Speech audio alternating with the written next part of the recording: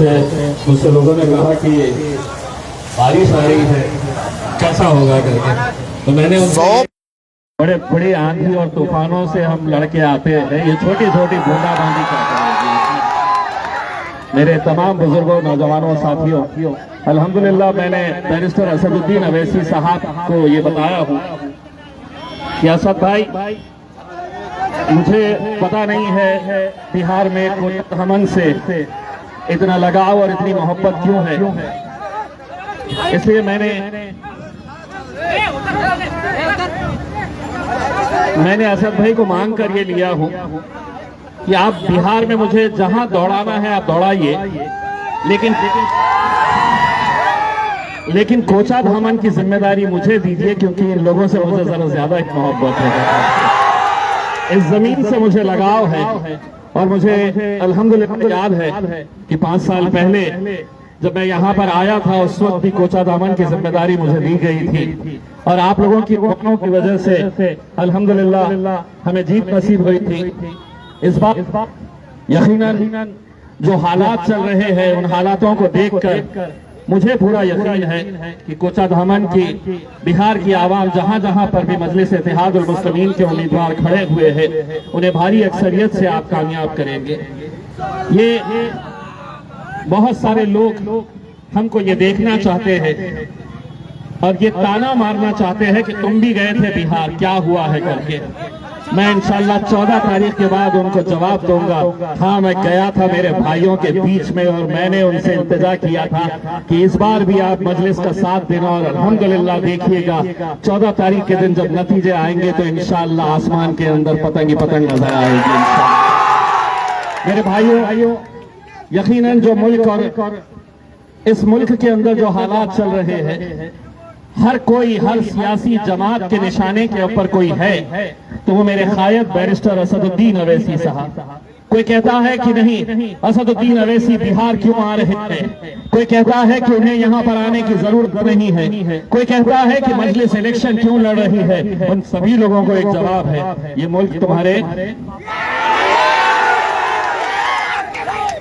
वो तमाम लोग जो हमसे ये सवाल करते हैं कि तुम यहाँ नहीं आना, तुम वहां नहीं जाना, तुम ये इलेक्शन नहीं लड़ना, वो इलेक्शन नहीं लड़ना, ये मुल्क तुम्हारे बाप की जागीर थोड़ी है।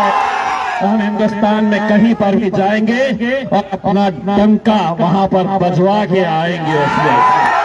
और हमें मालूम है कि हमें शिकस्त देने के लिए तमाम सियासी पार्टियां एक साथ हो जाती है, लेकिन उन्हें क्या मालूम है कि आवाम हमारे साथ रहती है, आवाम मजलिस के साथ रहती है। मेरे भाइयों, बड़ी उम्मीदों के साथ हम लोग आपके बीच में आए हैं।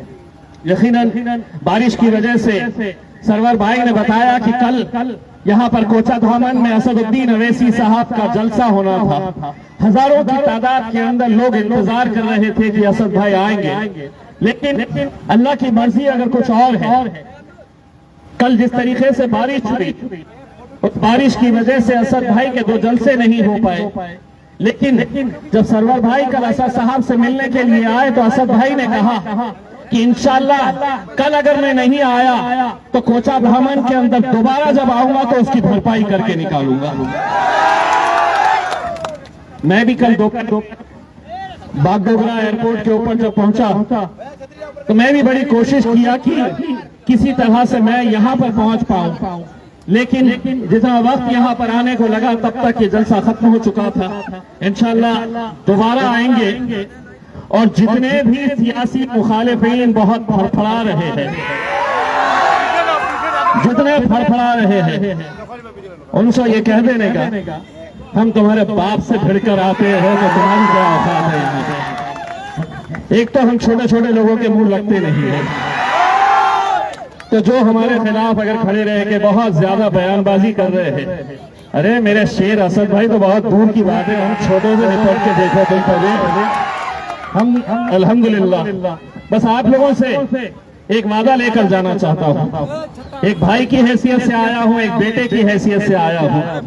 तुम्हें हमारी लाज रखनी है, तुम्हें हमारी इज्जत रखनी है। आप लोगों को ये वादा करना है कि आने वाली 11 तारीख के दिन बस आप लोग घर से निकलेंगे, हमारी माएं बहनें बुजुर्ग हमारे जितने भी लोग घर से निकलेंगे, ये अज़म करके निकलना कि एक एक वोट इस इलाके का इंशाअल्लाह पतंग छाप के ऊपर ही जाएगा। और आप लोगों की ये जिम्मेदारी है सरवर भाई को जिताना।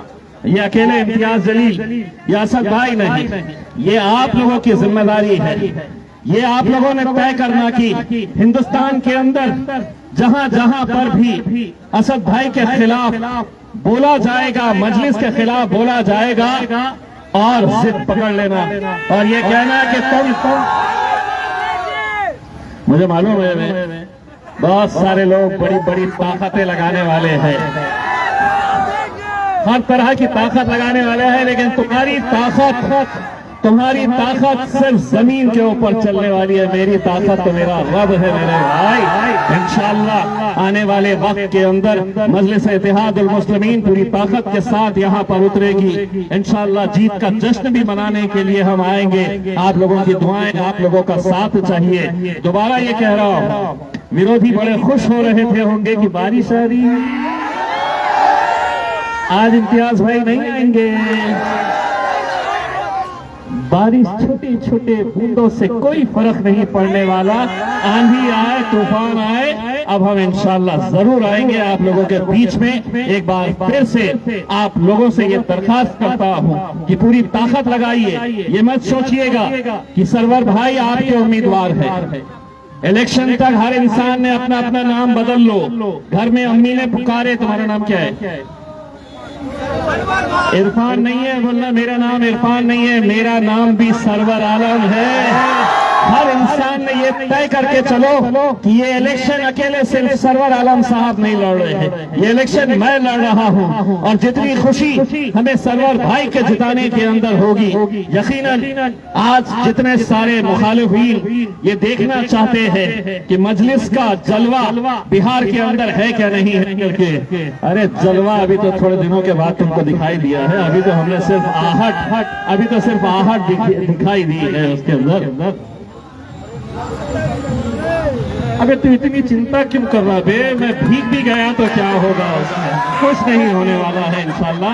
मैं आप तमाम लोगों का तहे दिल से शुक्रिया अदा करता हूँ। यकीनन बारिश की वजह से थोड़ी बहुत रुकावट जरूर होती है, लेकिन हमने सरवर भाई से ये कहा कि बारिश आ जाए चलेगा, हम भीग जाए चलेगा, लेकिन ये आवाम को हम इंतजार करने नहीं लगाएंगे। इंशाअल्लाह हम जाएंगे बीच में, चाहे वो 2 लोग हो 4 लोग हो। और ऐसा लग रहा होगा कि आप लोग ये मोबाइल के जरिए जो लाइव कर रहे हैं वही लोग देख रहे हैं। मुझे मालूम है मेरे दुश्मन भी देख रहे हैं घर बैठकर, मेरे दुश्मन भी देख रहे हैं घर बैठकर, और ये सोच रहे हैं कि वाकई में अल्हम्दुलिल्लाह इनका जज्बा है कि बारिश आ रही है, उसके बावजूद भी ये मैदान में डट कर खड़े हैं। इंशाअल्लाह मेरे भाइयों दोबारा हम आएंगे, आप लोगों से मुखातिब होंगे। बहुत बहुत शुक्रिया। वाखिर दावना अल्हम्दुलिल्लाह।